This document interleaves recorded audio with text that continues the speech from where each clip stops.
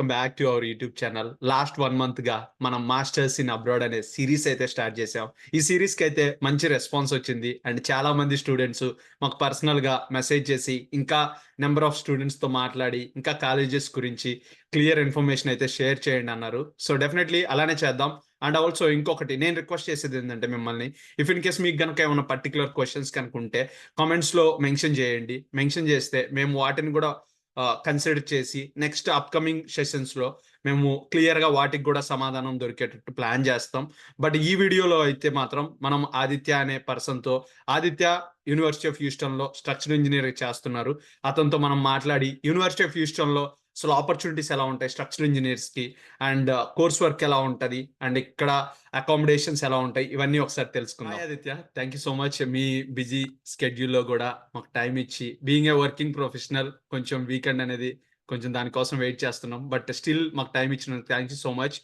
And mainly మీ మీ గురించి జనరల్‌గా మీరెక్కడి నుండి ఇండియాలో అండ్ ఎక్కడ మాస్టర్స్ బీటెక్ కంప్లీట్ అయింది అని జెప్పి డీటెయిల్స్. ఓకే. నా పేరు ఆదిత్య కొత్తగుండ్ల. నేను మాది ఆంధ్రప్రదేశ్, విజయవాడ కృష్ణా జిల్లాలో, ప్రస్తుతం ఏలూరు జిల్లాలో పల్లెటూరు చెక్కపల్లి అని నూజివీడు దగ్గర ఉంటుంది. బీటెక్ మొత్తం విజయవాడ వీఆర్‌సీ తరగతిలో చదివాను. తర్వాత 2018లో నేను బీటెక్ అయిపోయింది. 2021లో ఆగస్ట్‌న యూఎస్‌లో మాస్టర్స్‌కొచ్చాను. 23 జు మేకి నా మాస్టర్స్ అయిపోయింది. యప్. సో, ఒకసారి మన క్వెషన్స్ అయితే స్టార్ట్ చేద్దాం Aditya. So, mainly first question ఏంటంటే, what's your motivation behind your masters? ఎందుకు మీకు మాస్టర్స్ చేయాలనిపించింది? ఆహ్, ఫస్ట్ నుంచి నాకు బీటెక్ స్టార్ట్ అయిన కాడి నుంచి అయితే ఎప్పుడు మాస్టర్స్ అనే థాట్ లేదు. బీటెక్ అయిపోయింది. తర్వాత గేట్ కోసం కూర్చున్నాను. అదే టైంలో జాబ్ జాయిన్ అవ్వలేదు. కోవిడ్ వచ్చింది. So, all after a sudden ఎటు సైడ్ నేను క్లారిటీ లేదు. ఆ టైంలో బెస్ట్ ఆప్షన్ ఏదని చూస్తే మాస్టర్స్ చేయడం అనుకున్నాను. సో, ఏ కంట్రీ?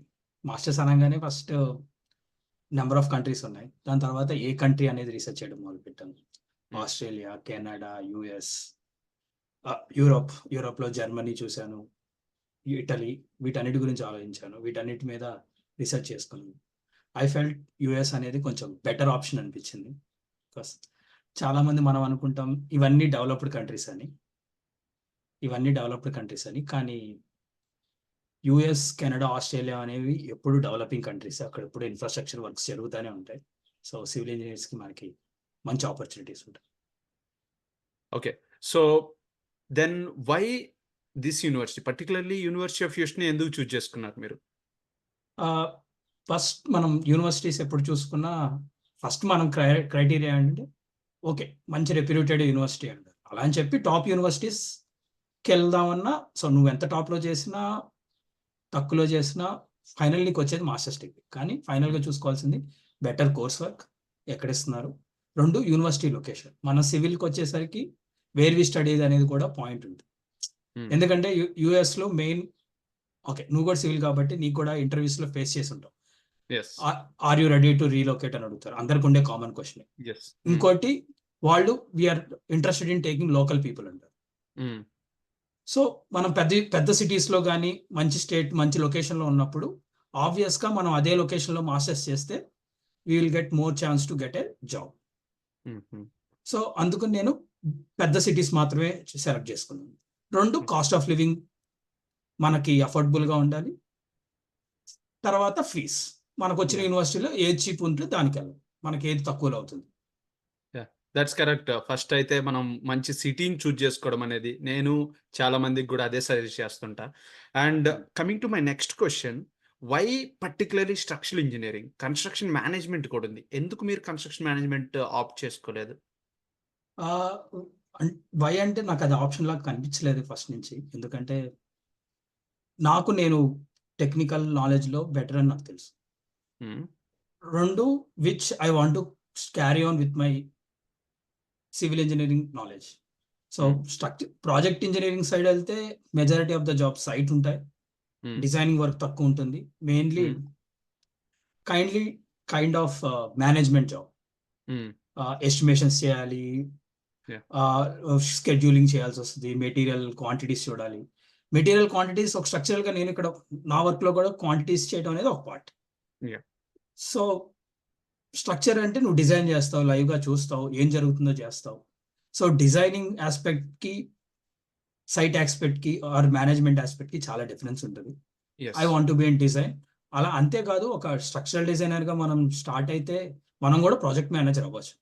యెస్. ఓవరాల్‌గా మన నెక్స్ట్ కంపెనీలో మనం నెక్స్ట్ స్టేజ్‌కెళ్ళే కొద్దీ మనకొచ్చే ప్రమోషన్స్ కానీ, మన లెవెలింగ్ అప్‌లో కన్‌స్ట్రక్షన్ ప్రాజెక్ట్ మేనేజర్ కూడా ఒక పార్ట్.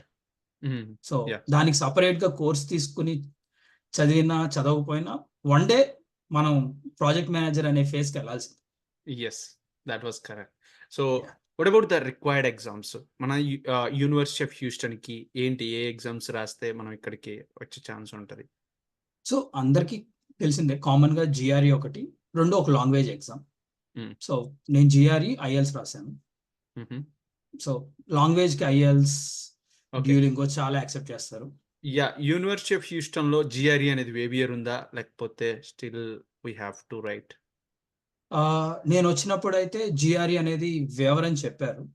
హుహు. కానీ జీఆర్ఈ ఉంటే నాకు అనిపిచ్చింది ఇన్ స్టేట్‌లో హెల్ప్ అవుతుందన్నట్టు అనిపిచ్చింది. Yes. And I think nowadays I think they changed their plans. GRE గూడా జీఆర్ఈ అడుగుతున్నారు. Make sure. Okay. And okay. Coming to my next question. So, tuition fee ఎంత? యూనివర్సిటీ ఆఫ్ హ్యూస్టన్‌లో స్ట్రక్చరల్ ఇంజినీరింగ్‌కి tuition fee ఎంత? Tuition fee జనరల్‌గా ఇక్కడ credit hour మీద charge చేస్తారు. పర్ హుహు. Credit hour it's around $900 to $1,100. Yeah! So, మనం మాస్టర్స్ అవ్వాలంటే 31 క్రెడిట్ అవర్స్ చేయాలి. Which is రఫ్‌లీ 31,000.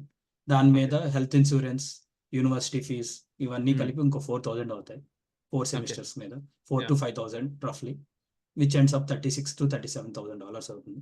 Okay. In state వస్తే ఇదే ట్యూషన్ ఫీస్‌ని ఆ 30,000ని మనం హాఫ్ చేసుకోవచ్చు బేసిక్‌గా. Okay. So, that was my next question. Scholarships వచ్చేసరికి ఏ స్కాలర్‌షిప్స్ ఉన్నాయి యూనివర్సిటీ ఆఫ్ హ్యూస్టన్‌లో? ఆహ్, నాకు తెలిసిందైతే ఇన్ స్టేట్ ఒకటే. ఓకే. సో, సో, న yeah! As per my knowledge in state ఉంది. అండ్ ఆల్సో మనకి ఇన్‌స్టేట్ అంటే మోస్ట్‌లీ $1,000 యూనివర్సిటీ $1,000 1000 అఫీషియల్‌గా మనకి స్కాలర్‌షిప్ ఇస్తే, దెన్ దాంతో Texas government half of the fee అనేది పే చేస్తది. తీసుకొడుతుంది. అండ్ అది 1 ఇయర్. అండ్ నెక్స్ట్ ఇయర్‌కి గనక క్యారీ ఫార్వర్డ్ అవ్వాలంటే మేక్ ష్యూర్ మనకి 3.75 0.75 సీజీపీఏ పైనుండాలి. సో, అదొకటి. అండ్ ఇంకా మనకి మన యూనివర్సిటీ ఆఫ్ హ్యూస్టన్ గురించి మాట్లాడుకుంటే, మన దగ్గర ఎక్స్‌టర్నల్ స్కాలర్‌షిప్ యూనివర్స్ అని వెబ్‌సైట్‌లో మన యాక్సెస్ యూహెచ్‌లో ఉంటది. అక్కడ కూడా అప్లై చేసే నాకు ఆల్‌మోస్ట్ ఒక $6,000 అలా స్కాలర్‌షిప్ వచ్చింది.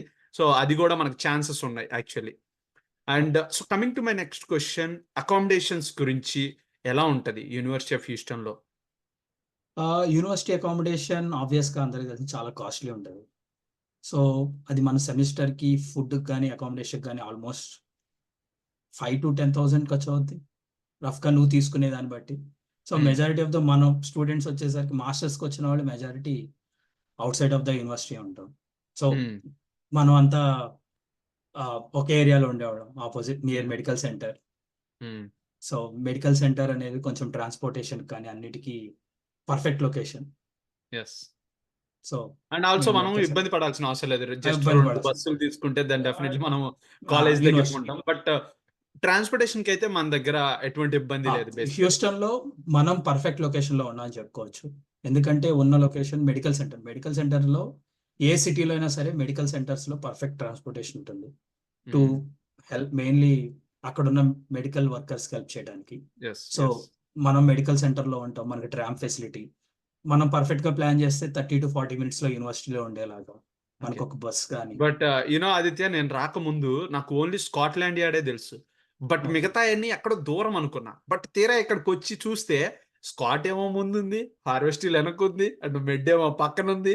ఇలాగ ఇయన్నీ చూసి ఓహ్! ఇయన్నీ ఇక్కడే ఉన్నాయా? మనమేమో ఒక బస్సుది ఇక్కడుంటేనే పర్టిక్యులర్‌గా సింగిల్ బస్‌కెళ్తాము. ఇక్కడుంటేనే డబుల్ బస్సెళ్తాము. అలా అనిపిచ్చేది.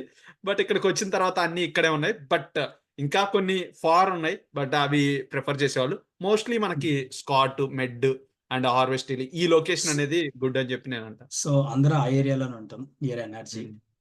ఓకే. అంతే. సో, మీ కేస్‌లో యూనివర్సిటీ ఆఫ్ హ్యూస్టన్‌లో లేదంటే హ్యూస్టన్‌లో మంత్లీ ఎక్స్‌పెన్సెస్ ఎంతుండొచ్చు? ఆహ్, ఇట్ వేరీస్ అంటే మన బట్టి కూడా ఉంటుంది ఎక్స్‌పెన్స్ అనేది. నేను ఫస్ట్ వచ్చినప్పుడు రెంట్ 400 పే చేశాను.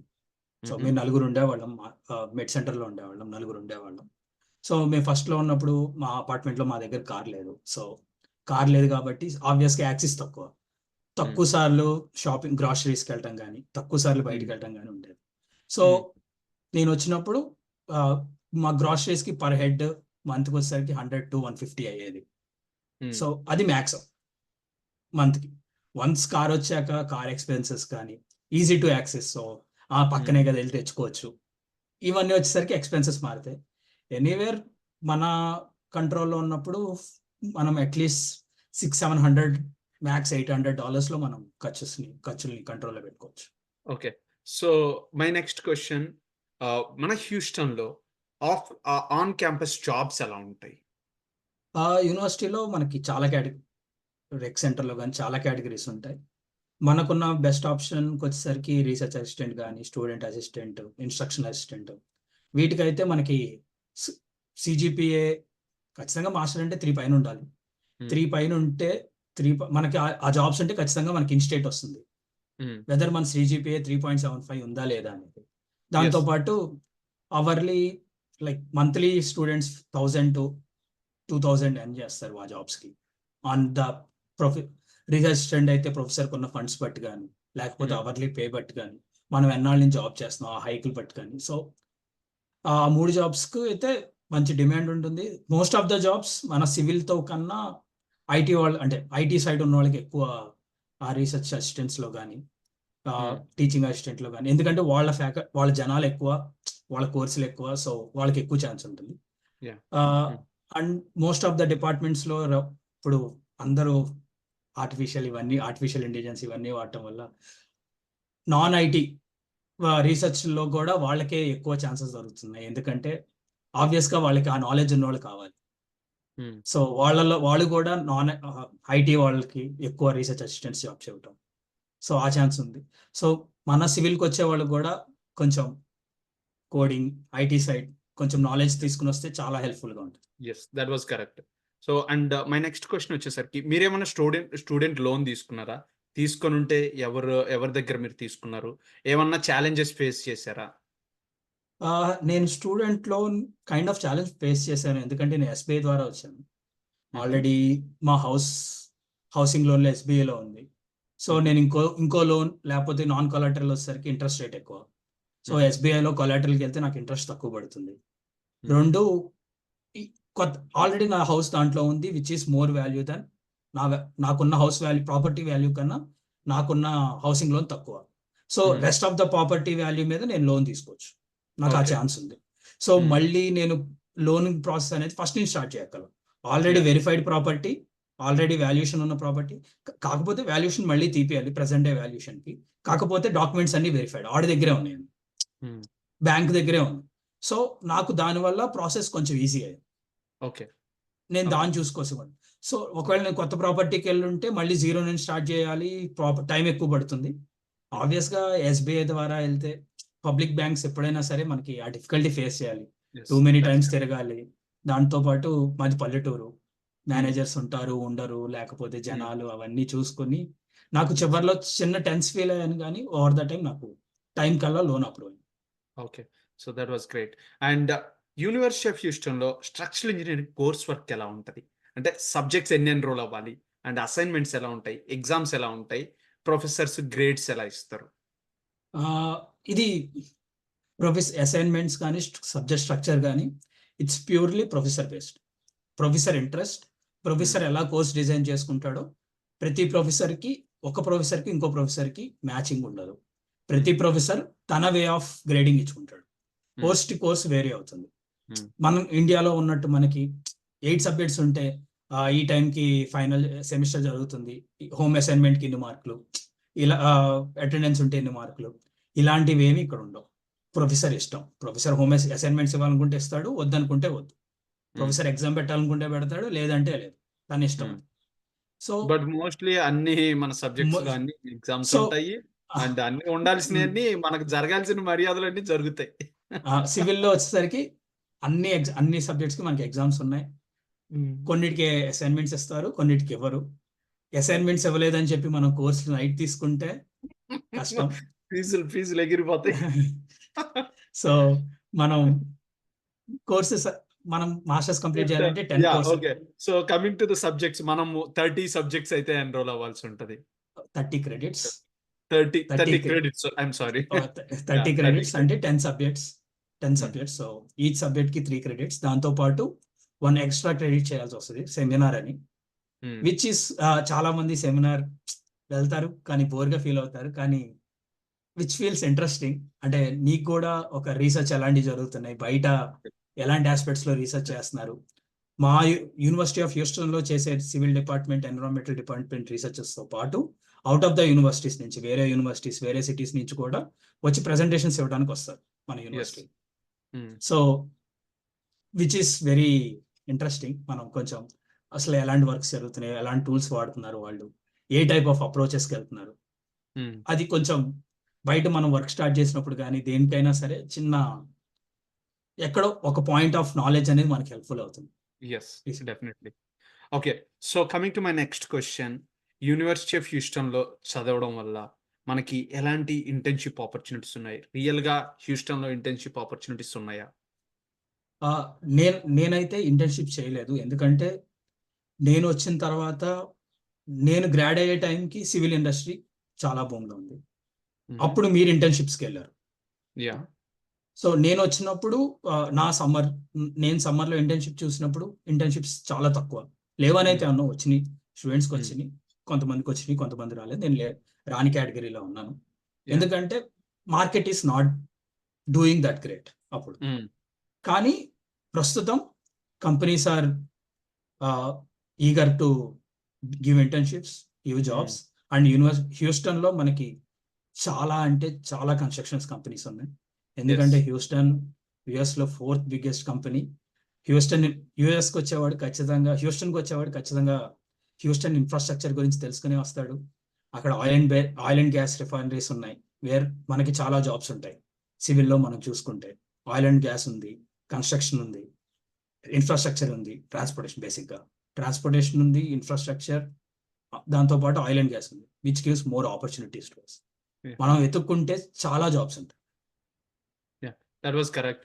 అండ్ సో, నేనిక్కడికి రాకముందు యూనివర్సిటీ ఆఫ్ హ్యూస్టన్‌కి రాకముందు, హ్యూస్టన్ గురించి నాకు తెలిసి నేనంత పెద్ద రిసర్చ్ చేయలేదు. అండ్ జాబ్ గురించయితే అసలు పట్టించుకోలేదు. బేసికల్లీ థింక్ చేస్తాము. బట్ ఎందుకో నాకు ఇప్పటికి గుర్తుంది. అంత పెద్ద పర్టిక్యులర్‌గా నేను గుర్తుంచుకోలేదు.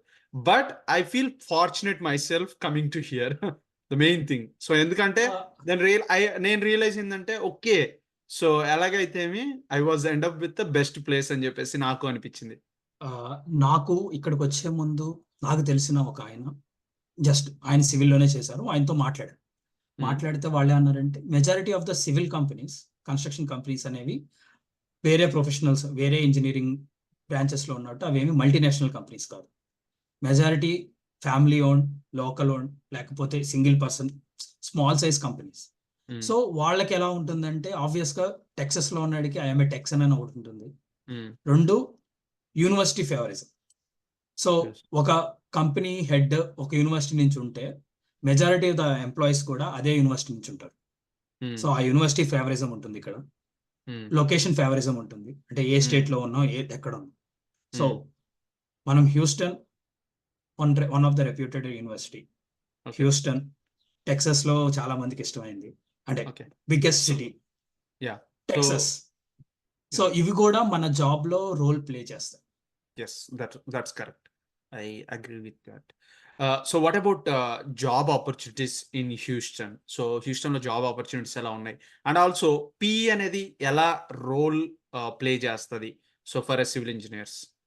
ఆహ్, నేను హ్యూస్టన్ బేస్డ్ కన్నా టెక్సాస్ బేస్డ్‌లో నేను జాబ్స్ చూసేటప్పుడు సెర్చ్ చేశాను. ఎందుకంటే హ్యూస్టన్ అంటే జనరల్‌గా నేను నేను నా సెర్చ్ ఏరియాని తగ్గించుకోదలుచుకోలేదు. సో, ఓవర్ ద టెక్సాస్ చూసాను. So, over the Texas apply చేశాను. ఔట్ ఆఫ్ ద టెక్సాస్ చాలా తక్కువ అప్లై చేశాను. 2 హ్యూస్టన్‌లో ఆల్‌మోస్ట్ ప్రతి కంపెనీకి వాళ్ళకి వాళ్ళ చాలా కంపెనీస్ హెడ్ క్వార్టర్స్ అక్కడే ఉన్నాయి. చాలా కంపెనీస్ హ్మ్. బ్రాంచెస్ అక్కడే ఉన్నాయి. Hmm. Oil and gas oil and గ్యాస్‌వి చాలా ఉన్నాయి. సో, హ్యూస్టన్‌లో చాలా బెటర్ ఛాన్సెస్ ఉంటాయి.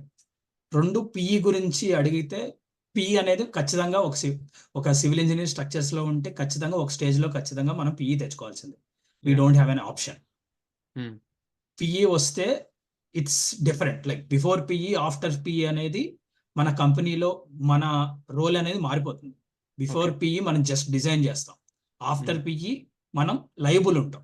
ఏదైనా హ్మ్. స్ట్రక్చరల్ డిజైన్ చేస్తే దాన్ని మనం సైన్ అండ్ స్టాంప్ అండ్ ఏసి సైన్ అండ్ సీల్ చేస్తాం. Sign hmm. అండ్ సీల్ అంటే రేపు దాంట్లో స్ట్రక్చరల్ డిజైన్ ప్రాబ్లమ్స్ ఏదైనా వస్తే నువ్వే లయబుల్. నీ స్టాంప్ ఉంటే. హ్మ్. సో, పీఈ అనేది లయబిలిటీ టైప్. అంటే నువ్వు ఒక డిజైన్‌ని అప్రూవ్ చేస్తున్నట్టు. ఒక హ్మ్. పీఈ సైన్ చేశాడంటే రేపు అది ఫీల్డ్‌లోకెళ్తే కళ్ళు మూసుకొని కన్‌స్ట్రక్షన్‌లోకెళ్ళిపోద్ది. హ్మ్. మేబీ వేరే చోటన ఏదైనా ప్రాబ్లమ్స్ చేంజ్ అవుతాయి గానీ, ఏమైనా యాహ్! చేంజెస్ ఉండొచ్చు కానీ, డిజైన్ హ్మ్. అనేది ఫైనల్ అన్నట్టు. So, yeah! పీఈకి మాత్రమే ఆ రైట్ ఉంటుంది. సైన్ అండ్ సీల్ చేసేది. సో, హ్మ్. పీఈ అనే ప్రతి కంపెనీ ఇక్కడ ఒక కంపెనీ బయట మార్కెట్‌లో వాళ్ళ గురించి చెప్పుకునేటప్పుడు, మా దగ్గర ఇంతమంది పీఈలు ఉన్నారని చెప్పుకుంటారు. ఏ మే ఇప్పుడు జనరల్‌గా మనకి ఇండియాలో ఏం చెప్తే మేము ఆ ప్రాజెక్ట్ చేసాం, ఈ ప్రాజెక్ట్ చేసాం, అది కట్టాం, ఇది అవును. కట్టాం అని కన్నా, మా హ్మ్. దగ్గర ఇన్ని నంబర్ ఆఫ్ పీఈస్ ఉన్నారు, ఎన్ని నంబర్ ఆఫ్ ఈఐటీస్ ఉన్నారు. అంటే మా దగ్గర హ్మ్. ఇంతమంది లైసెన్స్డ్ ఇంజినీర్స్ ఉన్నారని చెప్పి వాళ్ళు యాహ్! జనరల్‌గా వాళ్ళని ఇంట్రొడ్యూస్ చేసుకుంటారు. యాహ్! ఎంతమంది లైసెన్స్డ్ ఇంజినీర్స్ ఉంటే కంపెనీ అంత యెస్. బావుందని అర్థం. That's correct. Yeah! That was correct. మీరు ఫైనల్‌గా స్టూడెంట్స్‌కి ఇచ్చే సజెషన్స్ ఏమన్నా ఉన్నాయా? ఫైనల్‌గా అంటే నేను ఫేస్ చేసింది ప్రాబ్లమ్ ఏంటంటే నేను మాస్టర్స్‌కి రెడీ అవ్వకుండా వచ్చాను. I am not ready to start masters. హ్మ్. నేనొచ్చేటప్పుడు యూఎస్ వస్తున్నా, యూనివర్సిటీ గురించి రీసెర్చ్ చేశాను గానీ, కోర్సెస్‌కి లేకపోతే ఆ కరిక్యులమ్‌కి నేను రెడీగా లేను. హ్మ్. ఎందుకంటే మన ఇండియాలో majority of the work pen and paper ఉంటుంది. హ్మ్. ఆహ్, అంటే కంప్యూటర్ టూల్స్‌ని తక్కువ వాడతాం. మన హ్మ్. ల్యాబ్ ఉంటే ల్యాబ్‌లో వాడతాం. క్లాస్ హ్మ్. వర్క్‌కి మనం మాక్సిమం వాడం. హ్మ్. నేనైతే వాడలేదు. ఇప్పుడు ఇవాళ నేను గ్రాడ్ అయిన తర్వాత 5 ఇయర్స్‌లో ఎలా మారిందో తెలీదు. నేనైతే వాడలేదు. సో, హ్మ్. ఇక్కడికొచ్చిన తర్వాత నేను మేజర్ ఇష్యూ ఫేస్ చేసింది టెక్నికల్ ఇష్యూ అంటే సబ్జెక్ట్ పరంగా సివిల్‌లో కోర్స్ పరంగా నేనేం ప్రాబ్లమ్ చేయలేదు గానీ, ఆ అసైన్‌మెంట్‌ని సబ్మిషన్ ప్రాబ్లమ్‌లో లేకపోతే ఫర్ ఎగ్జాంపుల్ ఒక అసైన్‌మెంట్ ఇస్తే టెక్నికల్ పార్ట్ అంతా నువ్వు సాల్వ్ చేసినా, హ్మ్. డేటా గాని ఇదంతా ఎక్కువ ఉండటం వల్ల నువ్వు అంటే కోడ్స్ చేయటం గాని, లేకపోతే వేరే హ్మ్. డిఫరెంట్ టూల్స్ వాడటం గాని చేసి అసైన్‌మెంట్ సబ్మిట్ చేయాల్సొస్తది. సో, ఆ పాయింట్‌కి నేను రెడీ అయ్యి రాలేదు. నేను ఓకే. నేర్చుకొని రాలేదు. సో, హ్మ్. దానివల్ల నేను డిఫికల్టీ ఫీల్ అయ్యాను. యాహ్! చాలామంది ఎవరన్నా ఫోను చేసి అన్న ఈ కోర్స్ గురించి కొంచెం చెప్తారా అని అడిగినప్పుడు గూడా, నేను చాలామంది మాటల్లో విన్నదేంటంటే వాళ్ళు రెడీ లేరు కోర్స్‌లో. ఈ కోర్స్‌లో ఈ సాఫ్ట్‌వేర్ వాడతారు. లేపోతే ఈ టూల్ వాడతారు. ఇది కావాలి. ఫర్ ఎగ్జాంపుల్ మనం ఫైనైట్ ఎలిమెంట్ అనాలిసిస్‌లో మ్యాట్‌ల్యాబ్ వాడాం. యాహ్! ఆహ్, హ ఆఫ్‌షోర్ స్ట్రక్చర్స్‌లో మనం ఎక్సెల్ వీబీఏ వాడాం. సో, నాకు వీబీఏ అనేది ఉన్నది ఎగ్జిస్ట్‌లో ఉందని గూడా నాకు ఆ హ్మ్. కోర్స్ తీసుకునే వరకు తెలీదు. యాహ్! That's so, correct. నేను దాని వల్ల ఇష్యూ ఫేస్ చేశాను గానీ, హ్మ్. సబ్జెక్ట్ పరంగా నేనెప్పుడు ఇష్యూ ఫేస్ చేయల. కాకపోతే మనలో చాలా మంది సబ్జెక్ట్ పరంగా ఎప్పుడు ఇష్యూ ఫెయిల్ అవుతారంటే మనం మనం జనరల్‌గా స్టడీ చేసేటప్పుడు ఫస్ట్ పాస్ సెమిస్టర్‌లో ఒక సెమిస్టర్ అయిపోయిందంటే, ఈ సెమిస్టర్‌కి ఈ సబ్జెక్ట్‌కి మనకు సంబంధం లేదురా అయిపోయింది అని మూసేస్తాం కదా! ఆ హ్మ్. మైండ్ సెట్‌తో వస్తే మాత్రం సివిల్ ఇంజినీరింగ్‌లో లేటర్ సర్వైవ్ అవ్వాలన్నా చాలా కష్టం. యెస్. That's correct. కోర్సెస్ అయిపోయినా రేపు జాబ్‌లో సర్వైవ్ అవ్వాలన్నా, నీకు హ్మ్. జాబ్‌లో సడెన్‌గా ఏదైనా డిజైన్ చేసేటప్పుడు ఏదైనా ఇష్యూ వచ్చిందంటే, నువ్వు ఏ కోడ్ తీయాలి? ఏ బుక్‌లో చూడాలి? ఏ పార్ట్‌లో డిజైన్ చూడాలనేది కూడా నీకు ఐడియా ఉండాలి. ఇట్స్ నాట్ లైక్ అన్నీ గుర్తుపెట్టుకోవాలి. అన్నీ హ్మ్. మైండ్‌లో ఉండాలని కాదు. కనీసం అదేంటో అవగాహన ఉండాలి. హ్మ్. ఎక్కడ దొరికిద్దో అవగాహన ఉండాలి. హ్మ్. సో, కంపెనీలో కూడా నీకు అన్నీ వచ్చని వాళ్ళేమి అనుకోరు. హ్మ్. సో, నువ్వు మన కంపెనీలో జాయిన్ అయినప్పుడు ఆళ్ళు చాలా వరకు ఎలా ట్రీట్ చేస్తారంటే, we are with zero knowledge. Hmm. Basic నాలెడ్జ్‌తో మనం కంపెనీకొచ్చాం. ఇక్కడ జరిగే వర్క్ గురించి వీళ్ళకేం నాలెడ్జ్ లేదనుకున్నట్టే ట్రీట్ చేస్తారు. అలాగే మనకు యెస్. ట్రైనింగ్ మొదలుపెడతారు. హ్మ్. How you research, how you train yourself. So, హ్మ్. నీకు కొంచెం బేసిక్స్ మీద అన్నిటి మీద ఒక ఐడియా ఉంటే, వాళ్ళిచ్చే మెటీరియల్‌ని నువ్వు ఈజీగా గ్రాస్ప్ చేసుకోగలవు. లేకపోతే అంత డిఫరెంట్‌గా ఆకాశంలో చూసినట్టే ఉంటది. ఏం అర్థం కాదు. యెస్. యాహ్! That's correct. ఆహ్, మన స్టూడెంట్స్ చాలామంది కోర్సెస్ తీసుకునేటప్పుడు దాంట్లో మనకి ఏ గ్రేడ్ వస్తదా? రాదా? సో, మనం బయటికెళ్ళిన తర్వాత గ్రేడ్ అనేది ఇంపార్టెంట్. అలా అని చెప్పి ఎవ్వరు 4 out of 4 maths grade accept చేయరు. అంటే ఎక్స్‌పెక్ట్ చేయరు. గ్రేడ్ హ్మ్. కావాలి. అలా అని చెప్పి గ్రేడే ఫైనల్ కాదు. సో, మనం ఇక్కడ ఒక్క కోర్స్‌కి ఇండియాలో కన్వర్ట్ చేసుకుంటే ఒక కోర్స్‌కి 3 క్రెడిట్స్ అంటే $3000 కడుతున్నట్టు. ఇన్‌స్టెడ్ ఉంటే $1500 విచ్ ఈస్ హ్మ్. 1.5 to 2.5 లాక్స్. యాహ్! సో, అంత పెట్టి గ్రేడ్ కోసం కోర్స్ తీసుకుంటామా? నాలెడ్జ్ కోసం కోర్స్ తీసుకుంటాం అనేది కూడా డిసైడ్ అవ్వాలి. ఆబ్వియస్‌గా కోర్స్ అనేది టఫ్‌గా ఉంటది. కానీ హ్మ్. హౌ యూ ఆ టఫ్‌నెస్ ఫేస్ చేస్తేనే మనకి బెటర్ గ్రేడ్ రాకపోవచ్చు. హ్మ్. కానీ మనం చాలా నేర్చుకుంటాం. అది సో, రేపు జాబ్‌లో గూడా మనకది హెల్ప్ హెల్ప్ అవ్వచ్చు. అది మనకు అన్ని విధాలుగా హెల్ప్ అవుతుంది. సో, ఈజీ కోర్సెస్ అంటే వ్ కొన్ని పాయింట్స్‌లో మన గ్రేడ్ ఇంపార్టెంట్ అవ్వచ్చు. కానీ ఫైనల్‌గా కోర్స్‌తో మనం ఎంత గెయిన్ చేస్తున్నాం అనేది కూడా చాలా important. Yes. That's correct. And yeah! Thank you so much Aditya. Actually మీరైతే మంచి ఇన్ఫర్మేషన్ ఇచ్చారు. అండ్ యూనివర్సిటీ ఆఫ్ హ్యూస్టన్ గురించి అండ్ హ్యూస్టన్‌లో ఉన్న job opportunities and being a structural engineer I know how busy we are with dealing with the projects and these kind things. And in case ఇంకా మీరు గూడా PE FE already passed అయ్యి and పీఈకి prepare అవుతున్నారు కదా! All the best for you. So, definitely మీకు PE వస్తదని జెప్పేసి రావాలి అని జెప్పేసి మనస్ఫూర్తిగా కోరుకుంటున్నా. అది. So, thank you so much. So, guys thank you. చూసారు గదా! ఇది actually. So, university of Houston అయితే స్ట్రక్చరల్ ఇంజినీర్స్‌కి మంచి యూనివర్సిటీ. బట్ మేక్ ష్యూర్ కొంచెం హార్డ్‌గా గూడా ఉంటది కోర్స్ అనేది. అండ్ మీలో ఇంకా ఆదిత్య మెన్షన్ చేసినప్పుడే మనకి కొన్ని టూల్స్ అనేది మనం ప్రిపేర్ అయ్యుండం. లేదంటే అక్కడ పాస్డ్ ఔట్ అయ్యి ఇక్కడికొచ్చినప్పుడు మనం ఆ టూల్స్ మేబీ కొన్ని వినకపోయి ఉండొచ్చు. బట్ ఆ కేస్‌లో మేక్ ష్యూర్ ముందు ఇక్కడికొచ్చే ముందే మీరు వాటిని ప్రిపేర్ అవ్వడము, లేదంటే వాటి గురించి బేసిక్ నాలెడ్జ్ తెలుసుకోవడము. వీటిని తెలుసుకోవడానికి భవనం సి2సిలో ఆల్‌మోస్ట్ ఆల్ కోర్సెస్ అయితే ఉంటాయి. మీరక్కడికెళ్ళి ఒకసారి ఆ కోర్స్ కరిక్యులమ్ చూసి, సో, మీకు గనక ఏదైనా హెల్ప్ అవుతదంటే డెఫినైట్‌లీ అక్కడికెళ్ళి నేర్చుకోండి. మీరొచ్చే ముందు చేయాల్సిన మెయిన్ థింగ్స్ ఏంటంటే, కొంచెం సబ్జెక్ట్ నాలెడ్జ్ పెంచుకోవడము అండ్ ఆల్సో కోర్స్ స్కిల్స్ పెంచుకోవడము అండ్ ఎఫ్ఈకి ప్రిపేర్ అవ్వడం. సో, ఇవైతే మీరు గనక చేసి ఇక్కడికొచ్చినట్లయితే డెఫినైట్‌లీ మీరు స్ట్రాంగ్‌గా ఉంటారు. అండ్ డెఫినైట్‌లీ మీకు ఈ కోర్స్ వర్క్ అనేది మరీ కొంచెం హార్డ్‌గా అనిపిచ్చదు. సో, అదైతే మీకు హెల్ప్ అవుద్ది. సో, మీకు గనక వీడియో నచ్చినట్లయితే లైక్ చేయండి. And subscribe to our YouTube channel. Me friends గనక ఎవరైనా సివిల్ ఇంజినీర్స్ అయ్యుండి కన్‌స్ట్రక్షన్ మేనేజ్‌మెంట్‌కెళ్దామా, స్ట్రక్చర్స్‌కెళ్దామా అని అనుకుంటే సో, డెఫినైట్‌లీ వాళ్ళకి గూడా సజెస్ట్ జేయండి. వాళ్ళకి ఈ వీడియో అయితే షేర్ జేయండి.